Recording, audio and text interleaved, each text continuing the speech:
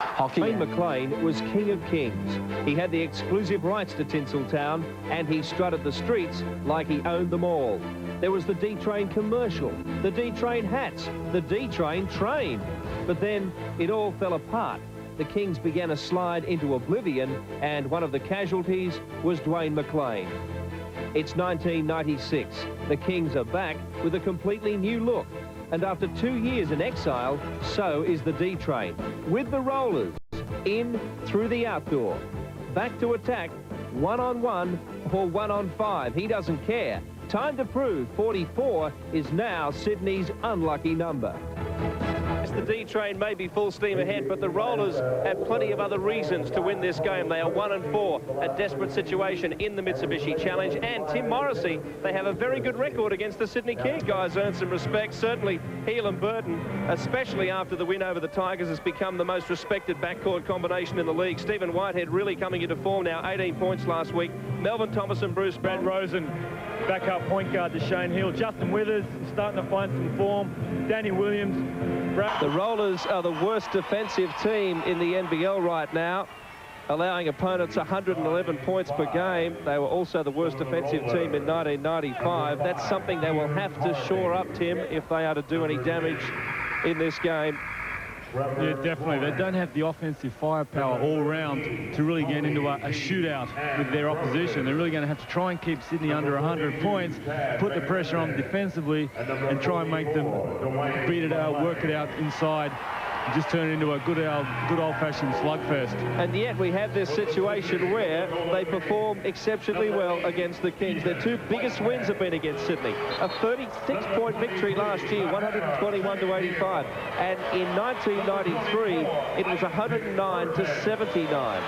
30-point margin. Now, both of those matches were on the Gold Coast, but they have beaten the Kings in this Sydney Entertainment Centre. And so the Kings, I guess, out to beat a hoodoo as well as assert themselves in the Mitsubishi Challenge after two very, very good wins at home.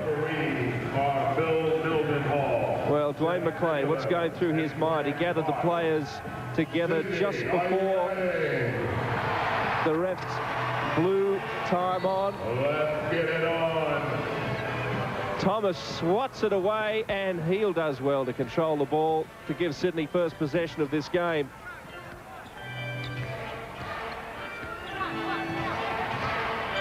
Thomas driving inside, fouled. Well, Dwayne McLain did pick up 5 fouls last week. That's his first for the game. He'll have to be very careful. There's a little bit of body on that one. You saw him just connecting with his chest. Good start this for Peter Harvey. Plenty of confidence. Torrance with the jumper. And rims out almost the lead for the Rollers. The game's still tied.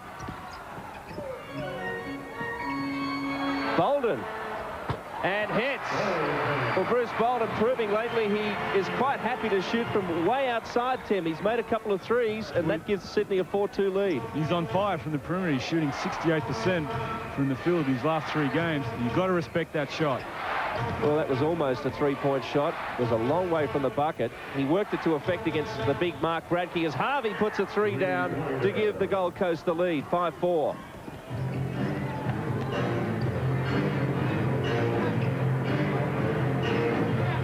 Both teams are playing man-to-man at the moment. We're trying to assert some authority on defense.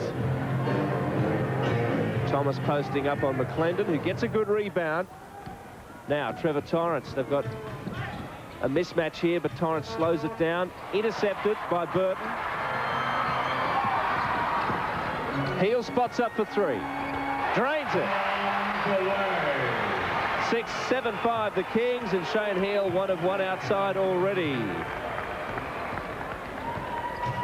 And again, Burton applying full court pressure to Peter Harvey, the man who has twice made 20 assists in the Mitsubishi Challenge. That both come in the last 12 months. Travel call against the Gold Coast. Chad McClendon. It broke down. That's one area the Gold Coast are really going to have to also watch out is their turnovers. Try and keep them down below 16 for the game. sure to give Sydney off the hook.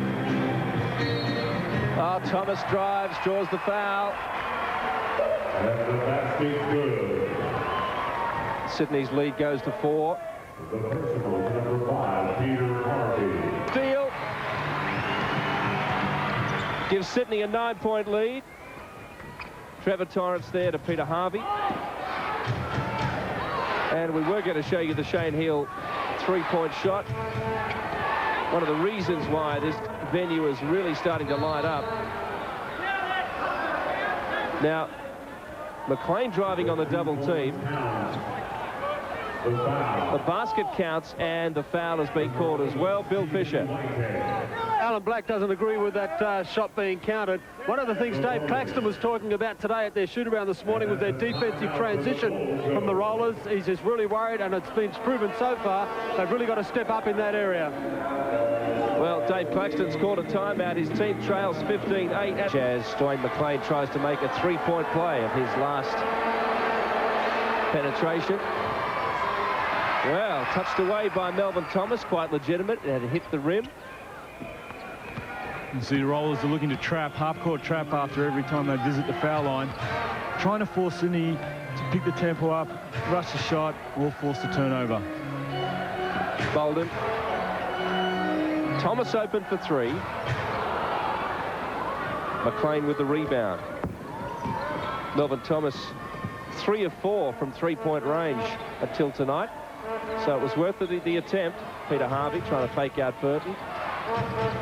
Jumper from D'Ambros's hits, and that takes the total to 10 for the Rollers. They trail by 5. A good confidence booster for Tony. If he can hit those first couple of shots, it really sends his confidence sky high. And they'll need him to pick up his scoring if the Gold Coast want to beat this game. Oh, Bolden posting up, tough play. Sydney gets it back. Averaging 5 boards a game this year. Nice transition basket from the Rollers. Trevor Torrance takes them to within 3 points. Just reaching in there on Stephen Whitehead. Incidentally, I said Dwayne was averaging 5 boards. It's 8, actually. Just to clarify that. His contribution to the Rollers this year has been exceptional. Heal, a mid-air fake of the 3. Oh, rolls out. Bolden can't control. Thomas will get it back. Touches it to Heal. Shot clock restarts, so there's plenty of time. Thomas posting up on D'Ambros's and travel call. So the Rollers' run may continue here. The 4th lane taking on Whitehead. The foul to number 8, Stephen Whitehead. The best one-on-one player in the game. And that's a timeout. Timeout called. Alan Black with a few adjustments to make, leading 15-12. Just over 6 minutes left in the first quarter.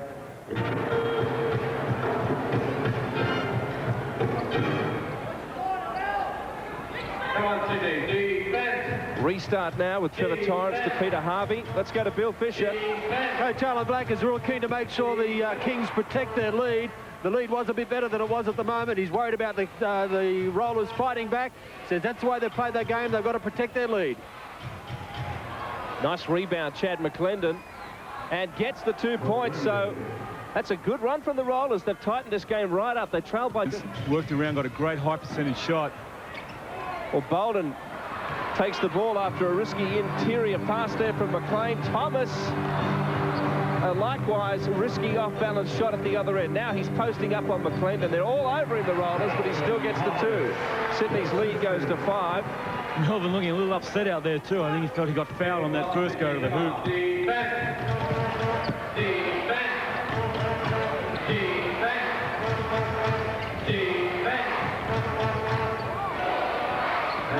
McLain now posting up on Whitehead, but finds Harvey on the cut. Baseline, great play. Great pass by Dwayne McLain. Number 25, Brad Williams. Had 3 players drawing to him, then down the low post. He's almost unstoppable there.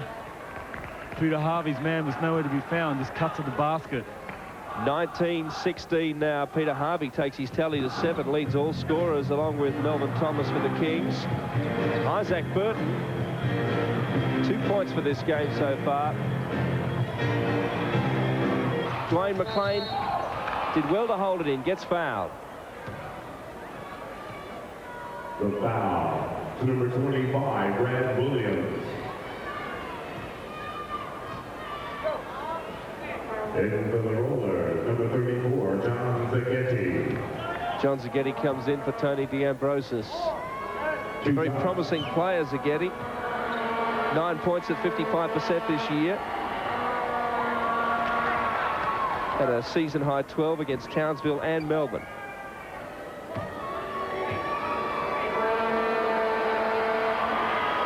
And there he is, Dwayne McLain, again taking his team to within one. A little early on that play. Alan Black is quite upset on the sidelines. He's wanting a continuation on that play. He wants the basket to count, saying it counted for Dwayne McLain when he got fouled and then took the shot. Inbound pass here from... Oh, Dwayne McLain gives the Gold Coast a 2-point lead from outside. Takes his tally for the game to 7. Very selective. Dwayne McLain at the moment in control. Nice pass, Burton, with that reverse lay-in again. This time it misses under pressure, but Bolden is there. In his career with them, Peter Harvey gives his team a 1-point lead. We talked earlier about Dwayne's passing as well as scoring.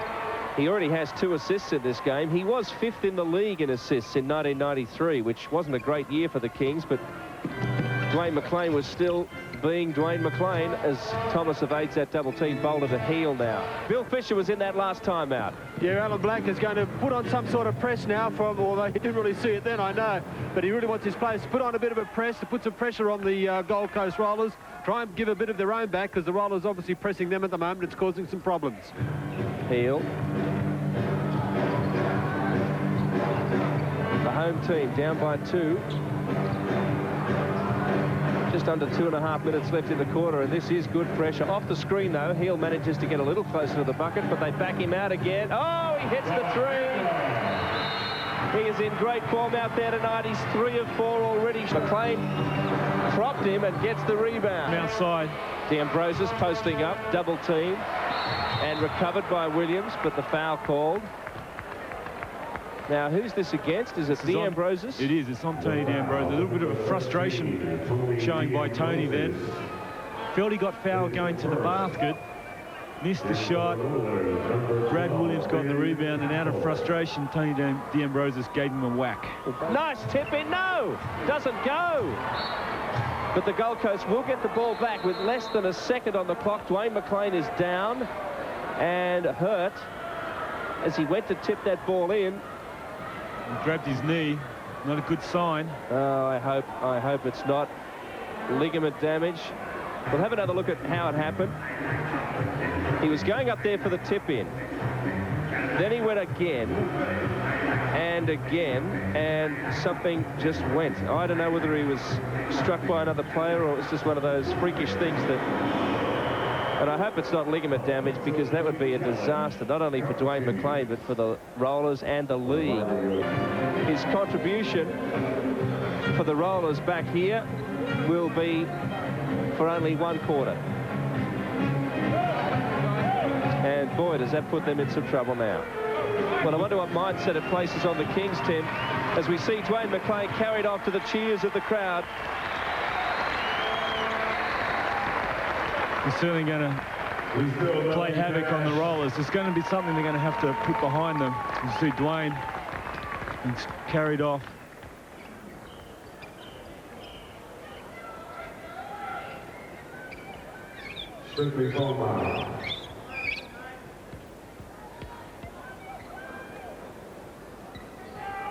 The man many people here came to see tonight. And I wonder how the Kings, in a strange way, will focus on this game now, and how the Gold Coast can make the adjustments, and this will be interesting. John Zaghetti can't close on, but they are without Dwayne McLain. And Bill Fisher will be able to give us a report, I think, now on just the condition of Dwayne McLain. What's happened? Yeah, Bill, Dwayne McLain has dislocated his kneecap. He won't be taking any further part in this game tonight. In fact, there could even be a bit more damage. They're not really sure how badly it's damaged, but he has at least dislocated the kneecap, and there could even be more. He actually could need an operation. I've just been told by the King's medical staff he could actually need a knee operation, so not only tonight, maybe even a bit longer than that. Well, that is a shocker, an absolute shocker, considering the position the Rollers are in, 1-4 on the league ladder. They've played 2 fewer games than the Kings, who are 4-3. Torrance with the jump shot, and he makes it. So the Rollers on the go. They trail by only 2 points. And I think some guys out there, Trevor included, are going to have to play some big minutes tonight. Well, that's right. I think sometimes the players will tend to lift in a situation like that. They definitely can't afford to think about it too much and hang their heads. Nice cut about from Dwayne. Nice cut from Brad Williams. Here's Trevor Torrance at the other end. To the free throw to shoot a pair. Hey, Billy! Rookie call again! Well, he had his word to Peter Harvey. And Harvey's being warned as well. Harvey just being warned by Mildenhall. So a little bit of trash talk going on out there. And I don't know about Peter Harvey, but I know Shane talks a good game. He's got a good game to back it up, too. There's Pete now on the ball, and a lot of responsibility on him, and why not try and upset the hammer as Zagetti, takes an unlikely shot. Talent, and our execution has been excellent, except for that last 2 minutes where I didn't think we executed well enough to get the right shot. They ran on our misses. When we execute better and we rebound in the second half, we can still win it. We'll be better in game. His season high is 33 against the Tigers last Friday. Chad McLain coming into the game in the second quarter. Chad McLain, in fact, is shooting 5 of 6, so perhaps he needs to take a few more shots. But Dave Claxton has achieved a good spread of scoring there. Of course, Dwayne McLain will not improve on that night, unfortunately. That's right. He said at halftime that his team has talent, and these guys are going to have to really go out there and prove that this half. Shane Heal, interestingly enough, needs now only 1 more three-pointer, and he will move ahead of Michael Johnson on the all-time three-point shooting list for the NBL into 3rd place. 778 long bombs in his career, and most of Shane's have been longer than his rivals. There's no doubt about that. He doesn't care about how far outside the perimeter he is. He'll launch it from anywhere. Here's the tip-off with Thomas giving Isaac Burton first possession of the second half. Thomas driving on McClendon. Draws a foul. Burton can't. Heal for 3. Oh, heady clash between Heal and Larkins, who kept it in beautifully for Harvey. He steps on Burton. D'Ambrosius with a little jump shot, makes it. So D'Ambrosius with a little 4-point solo run here, and the Gold Coast are back to within 6 points of the Sydney Kings. Well, D'Ambrosius is certainly injecting himself offensively. He's only averaging 11.2 a game. He's already moved up to 18.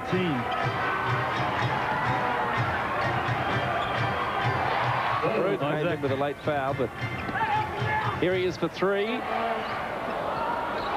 Bolden cleans up. Sydney's biggest lead, 14.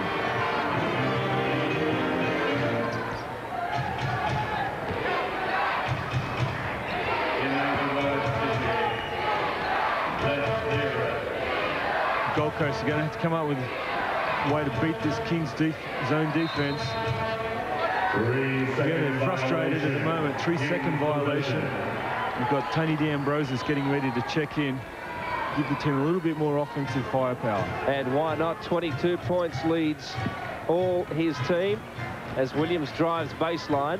Burton almost set himself for 3. Here's Harvey now from the turnover. Nice pass, Trevor Torrance. Nice pass and basket. 93-81. Now Sydney looking to get back quickly on offense, but they slow it down.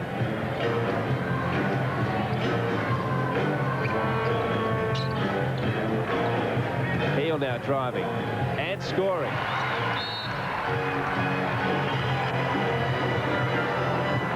In for the Kings, number 13, Tony D'Ambrosius. Well, that's one area of Shane Hill's game he's really improved over these last couple of seasons, and that's his penetration off the dribble.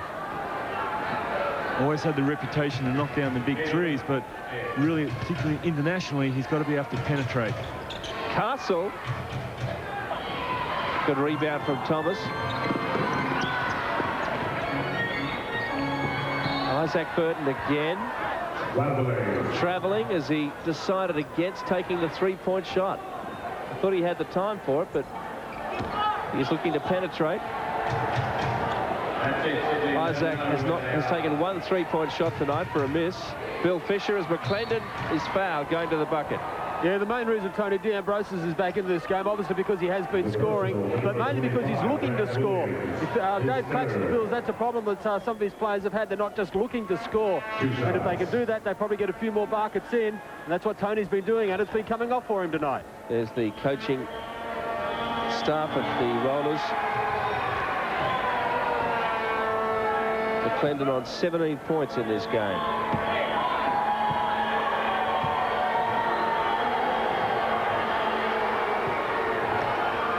Takes his team to 84. Make that 83.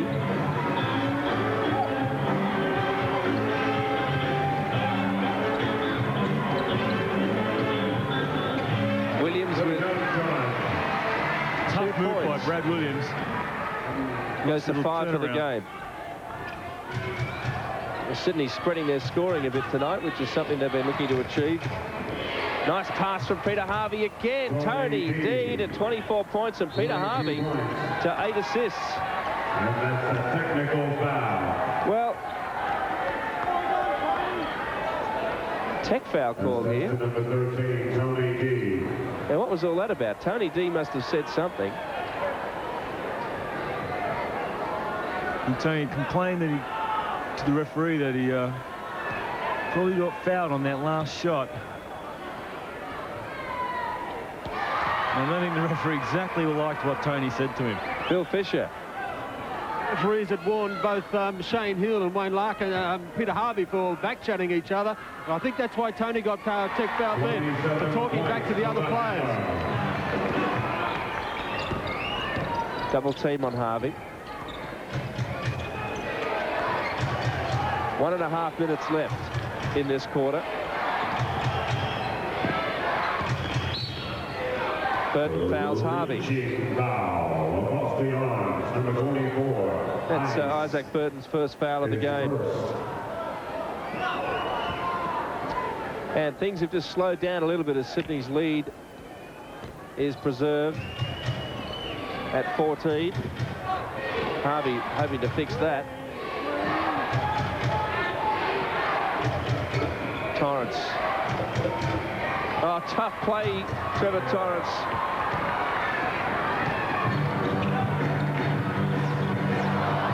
Oh, Brad Williams with the miss. Oh, Burt with an amazing steal, and Williams finishing off the play. And I know Brad Williams would have desperately wanted to make that one because he missed an easy lane. Of all time in the Mitsubishi Challenge. And that was a tough shot.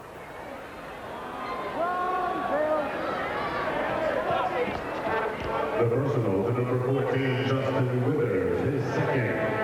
And for the game. And here is Shane Heal's 3, which makes him the 3rd best shooter from out there. Justin Withers. Nice couple of points inside. Sydney's lead to 22.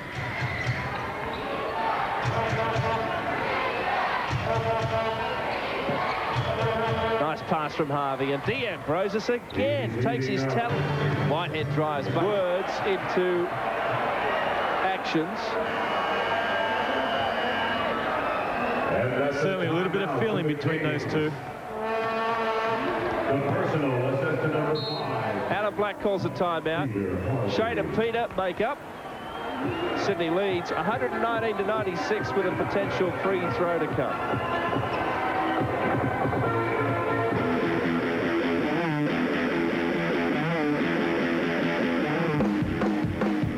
On, so at least he's able to stand up.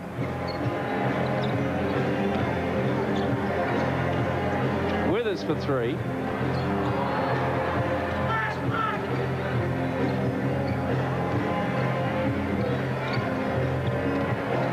See Alan Black's giving some his bench players valuable playing time. And Rosen makes the most of that. It's really important for his bench players to feel like they belong and have contributed to a great win like this. And it's good to see Alan Black giving these guys plenty of opportunity to get some minutes up and contribute to this game. Well, Brad Rosen's 7 points this year, average, have come at 56%, so he doesn't miss too many. He has 4 tonight, 2 of 2. There he is again, cleaning up. And if Danny Williams and Neil Turner can get into the game, then he'll have everyone on the roster scoring, Alan Black. Peter Harvey right now. Wachowski trying to control it. Does well, Matt Wachowski. He's fouled.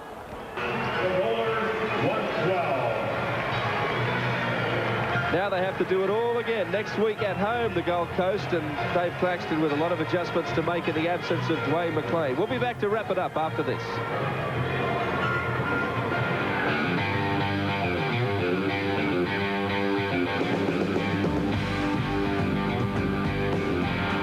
They always get up to play a little bit more when they lose their main player, and we were worried that after that happened, they started to get up, and the game was close, and then they actually got ahead, so we had to dig deep, and you know, we eventually went away. Turnovers and assists pretty even. There's Hammers 35. Melbourne was very strong inside.